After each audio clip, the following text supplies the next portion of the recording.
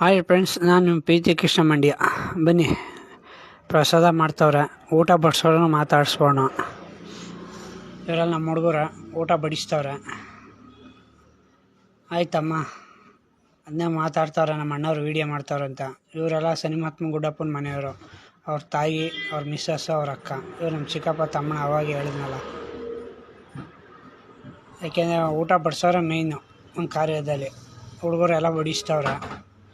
ಇವ್ರು ನಮ್ಮ ತಾಯಿ ಪ್ರಸಾದ ಮಾಡಮ್ಮ ಅಂತ ಕಾಯ್ತವ್ರೆ, ಬಾ ಅಂತ ಕರೀತವ್ರೆ. ವೀಡಿಯೋ ಆದಮೇಲೆ ಅಮ್ಮ ಅಂತ ಹೇಳಿದ್ದೀನಿ.